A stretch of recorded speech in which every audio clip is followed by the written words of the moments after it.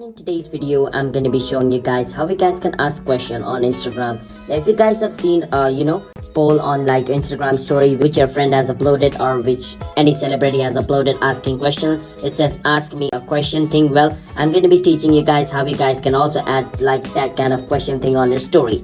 So follow the step which I'm going to be showing you. Story, to upload a story, go on camera, click any random photo. So I'm just going to click this black photo. Once you click a photo, you can click on a person smiling at the top of your screen over here. Click on it, and over here where it says questions, you can click on it. If you don't see questions, you can search for questions, but if you see it just like in my screen, click on it. And where it says ask me a question, you want to write this over here. So let me ask this. I'm going to add this: how was my latest cardboard video? After I ask a question, I can click on done at the top, and I'm going to click on the arrow at the bottom. I'm going to click on share, and I'm going to click on done. Now this thing is going to be added on my story. As you guys can see, it has been added on my story.